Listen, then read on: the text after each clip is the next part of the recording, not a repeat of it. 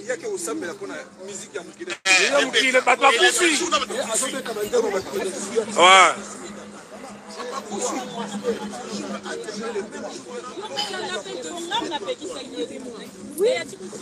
Oui, tu as filmé pendant. Là, il y a les gars. Non, c'est moi la filmé. Et le monde qui est dans moi. C'est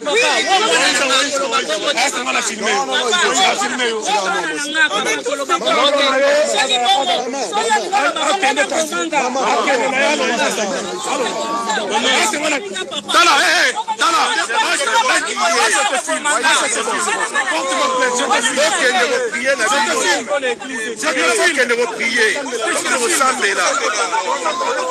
Je te filme là.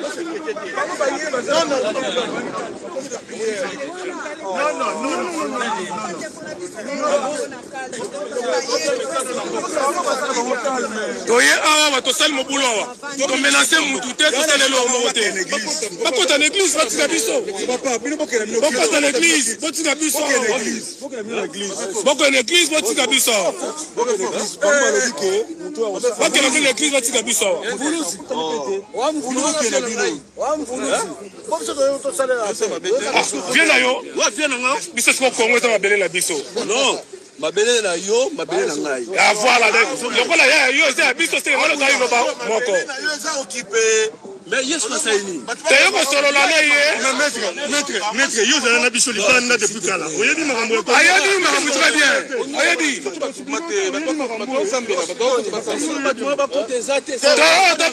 te ki banda kala to ko église to za na kati kuna l'église a continué l'église soyez l'électricité oh tu as l'électricité là on comprend le bangotin tu es qui va na kala to va na kati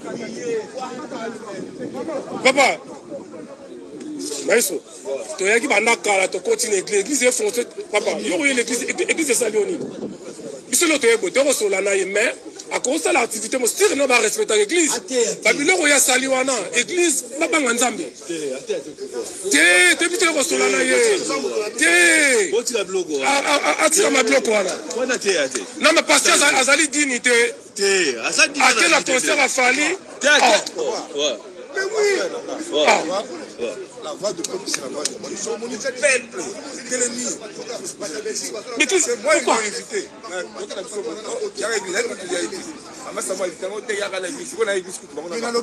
si on a bien, tu t'en vas à Kisasa, on a bino, ma combattre, parce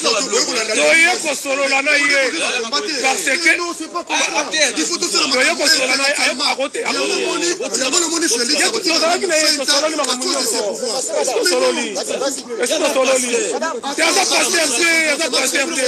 Félix a 20 ans qui a bâti la mission. Parce qu'on peut parler autrement. Donc, ça veut dire pour empêcher de Niles à côté à des. Non. Ça n'a rendez-vous pour te solanaye. Yoka sobo soane bo soane na se. Na se te. On veut l'église. Na se te. On veut l'église hein. Oh, bisonyo. Yo ko sur la kati. Ne fa na kiti. Ka ko se ba. Oh, yo kuti. To ko la gina yo. Aso to des autres. Yo comprends. Tout ça est belé. Yo moni ba tusu ai. Ba ete. Et ça la tusu ndengwana. To be ba tuno sauter. Et si to solo ka mon téléphone na yo. Tu ramboma. Non, t'es yété. Papa, c'est ma zèbre, mais Denis la cité. Non, tu as bloqué. Denis la cité, maître. Combien de pasteurs va y avoir 40%? Il était parce qu'il y a un là. T'es yété. Oh, yété. Denis la cité.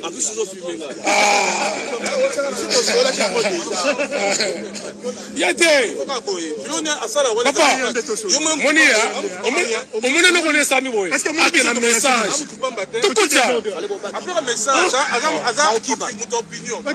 Comme message qui m'a message ayo to moda qui manaye. Maloba Denis laisse on maloba kala ndaraye. Oyati.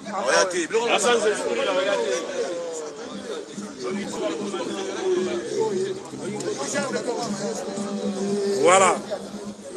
Toya Luka Deniles. Tu penses l'église n'a pas monté. Tu n'as rien à voir avec l'église. Deniles va comprendre que Babuzo ya sala wana ay ko le gâté. Deniles a une activité mon côté à Kosala on a poto. Il faut plus savoir écran prophétique n'est le bini pour la Bunagana. Le quoi l'écran pour Alex que Félix Mutaruza deuxième mandat. Attention, Odombo. Bunagana. Odombo avertissement. Yo mutokomi ko pesa batiso ki ba faire ya kosala makambo awa na Paris ou précisément na France. Tu relaxes, tu pouvais que na combat mukonzi azalaka te. Oza mukonzi ya combattre, oza simple combattant comme tout le monde, comme Ngaï, comme les autres. Donc c'est pas à toi d'aller décider que na Deniles si aya ko prester atambula dangi ya lingi mais tu pouvais yo na Deniles na yo na yo tu pouvais bino. Voilà, donc Deniles a une activité mon retard ça là on a poto.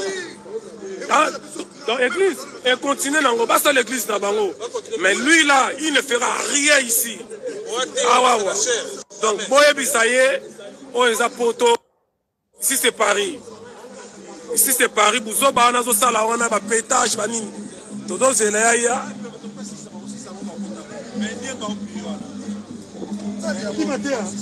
Quelle église? Qu'est-ce que là? Kimba, on est maître. Comment mettre à la télé? Oh. Kimba, on a Arbeta Bissonio Soro.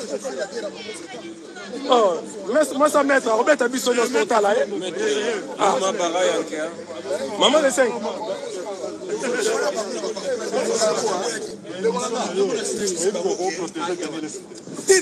Protéger l'intellectualisme. Parce que c'est comme ça pourquoi? Parce que Gentini Mobila, Tel Kamere, vous tous là qui venez vous pavaner sur Paris, vous allez voir les vrais pétages maintenant désormais. C'est lui que nous allons croiser. Et vous les combattants soi-disant qui protégez, c'est collaborationnistes. Il faut citer le nom, il faut citer leur nom. On a trop rigolé là et maintenant les combats se remettent sur les rails et on va finir dans un combattant.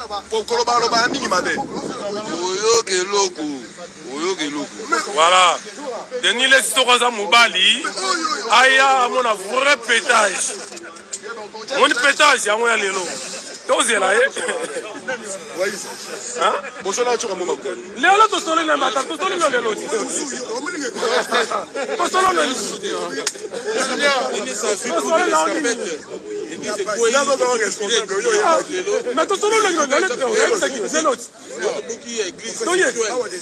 Mais c'est pas là parce que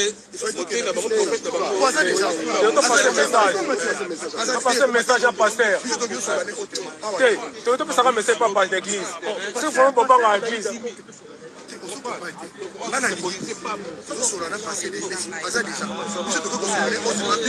Maman, ça me l'a pour la décision. Ça me l'a pour la décision. Donc, on va passer même à la moi. Vous savez, ça m'a loué dans mon lit, moi, Félix. Nous sommes dans la soirée.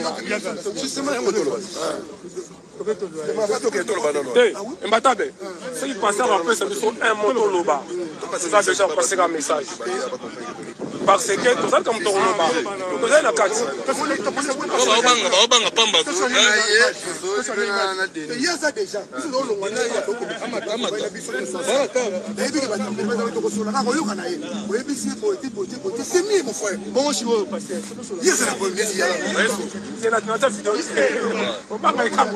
Nabi oui, c'est ok. On a fait une image de l'église. Vous comprenez? On a marre de la tête, on voit mon maillot. C'est la jeunesse. L'église, c'est la carte. C'est au Kita, tout à l'heure de l'église. Pour passer le message, la nene qui est née de Yaki. Quand on t'a cassé, on est pasteur.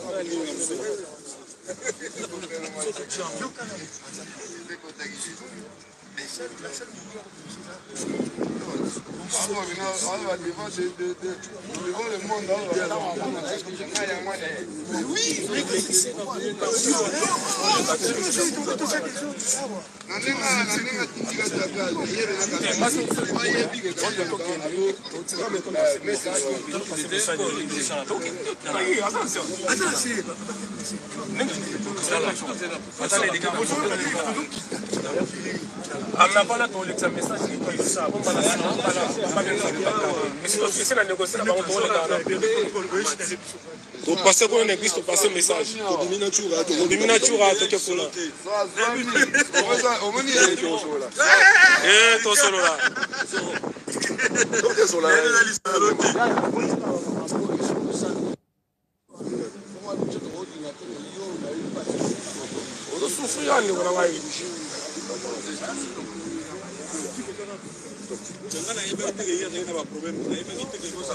Mon TV botala TVT. Ah.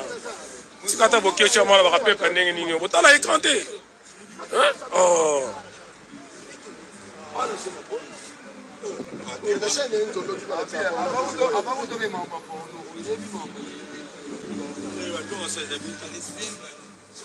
Un pasteur a une chaîne de télévision à la porno.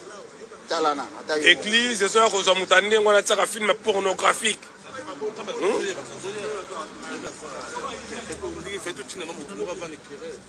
On va faire ça à 15 heures. Non, on a déjà dit que ça boye. On a déjà boye. Dernière minute. Et l'autre, il y a qui n'est pas matate. Est-ce que vous matate? À part un tour pour t'anaï. Non, on a eu qui solo, va combat. Va combattre qui solo. Ayo Tiango. Milingue Peli de Mati déjà. Teresa chaud. Ah, terrain miné na Ebisibino. Nous besoin na Paris. Bon. Donc, t'es boyété, à vous perception. T'es boyété, t'es allé déjà, boyété. Non, mais c'est comme si on contrôlait Bisson, il te rend ça là. On est bon, ça a un monopole la Bisson. C'est un barman qui met à boyété. T'es boyété. T'es boyété. Raina Polo, Raina Zoro. Mais ton compte à Bisson, t'es boyété. Maître boyété. Maître boyété.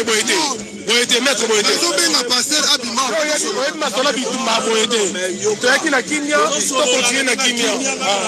Voilà. Tu passes un message.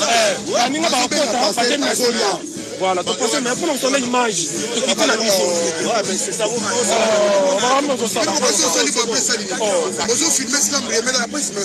Ça fait du lien sur le fond là. C'est ça. Calmez-vous.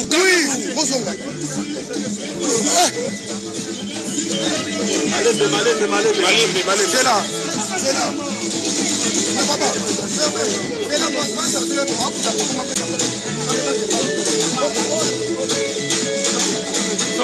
Zoro.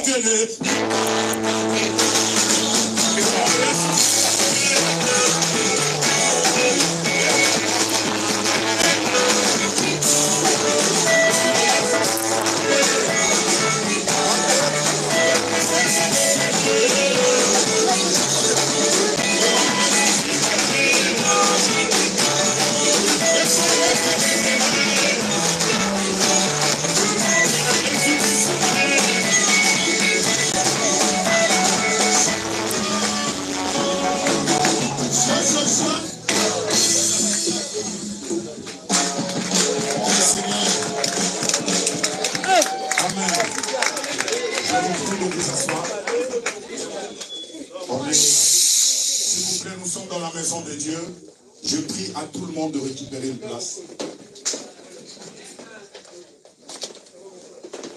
Protocole, aidez-nous, nous voulons que tout le monde récupère une place.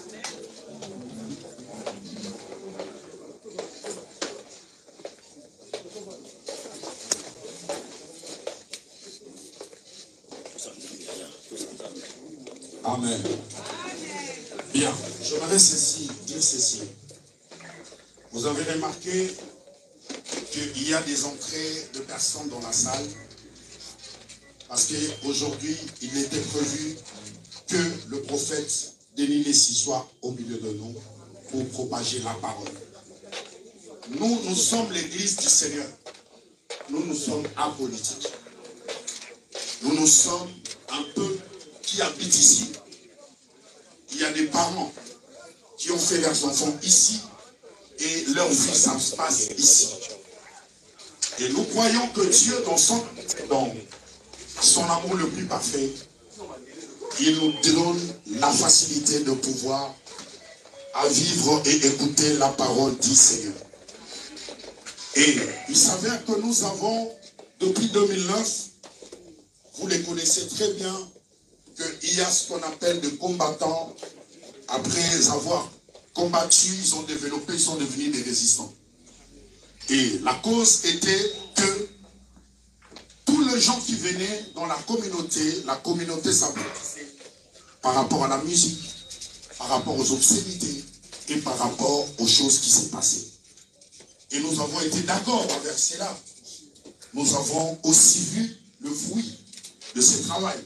Cela veut dire, avant, il y avait des concerts, il y avait des casses de magasins, il y avait des vols, et il y avait beaucoup nombre de choses qui se passaient. Mais lorsque cet éveil patriotique s'est levé, nous avons compris que plusieurs personnes se sont calmées, et nous avons vu les résultats qui s'en suivent. Et nous nous sommes dit ceci. Par rapport à cela, premier temps, ils devaient passer leur message, mais le message était brutal, parce que tout le monde devait les comprendre. Il y avait des casses, il y avait des frappes, et il y avait toutes sortes de ce que nous connaissons, parce que nous vivons dans la communauté. Mais à un moment donné, on a dit, il faut qu'on élève aussi les débats. Cela veut dire, lorsque les gens se disputent, il faut qu'il y ait une table ronde. Tout à fait. Cela veut dire, les gens doivent parler, les gens doivent se dire de vérité. Ouais. J'ai eu l'occasion de parler avec commandant Léon ce matin. Je lui ai dit ceci. Même au management, on dit ceci. Tu ne peux pas reprocher à quelqu'un quelque chose que tu ne lui as jamais dit. Tout à fait. Cela veut dire, nous l'église, nous avons reçu aucune lettre circulaire qu'on avait donné des listes de personnes qu'on n'avait pas droit d'accueillir dans nos églises. Okay. Cela veut dire qu'on n'était pas au courant de ces choses. Mais lorsque on a vu, et c'est diaspora, nous tous nous vivons ici, donc cela veut dire que le ciel ne tombera pas. Ouais. Cela veut dire que nous sommes une famille, et entre nous, il y a aussi des alliances amicales. Tout à fait. Cela veut dire tu connais tel, je connais tel, il est le cousin de tel. Il y a des gens qui sont ici, ils ont leurs frères qui prient ici. Exactement. Ils ont leurs cousins, cousines, neveux et nièces qui prient avec. Cela veut dire qu'ils sont droits à ne pas faire du mal à qui que ce soit. Jamais. Mais ils ont opté de passer un message parce que tant que nous le voyons, ce n'est pas des brigands. Non. Alléluia. Amen. Ne vous inquiétez pas. Amen. Ce n'est pas des méchants non plus. Non. On acclame Jésus. Mais ce sont des personnes qui s'opposent au système. Et aux antivaleurs. Et aux antivaleurs. Merci. Cela veut dire, ils ont quelque chose à nous dire pour nous rassurer que prier dans la paix. Voilà. Nous avons des femmes qui sont ici enceintes. Des enfants. Nous avons des enfants. Ouais. Et lorsque nos enfants voient ces choses, ça les traumatise. Tout à fait. Cela veut dire, si ça traumatise nos enfants, ça aurait été le cas de vous aussi. Ouais. Je sais que parmi vous, vous êtes des parents. Bien et sûr. Si quelqu'un traumatisait vos enfants, de la manière dont vous allez les ressentir, c'est autant que nous les ressentons. Tout à fait. Nous voulons qu'il y ait un message de paix. Ouais. Et quand on me l'a parlé qu'il y a quelqu'un qui veut s'adresser, on a dit ceci. On choisit quelqu'un. Je connais Zorobilel. Zorobilel. Ouais. Je suis dans la Bible. Zorobabel. Parce que dans la Bible, il y avait un Zorobabel. Tout à fait. Ouais. Nous, on a Zoro.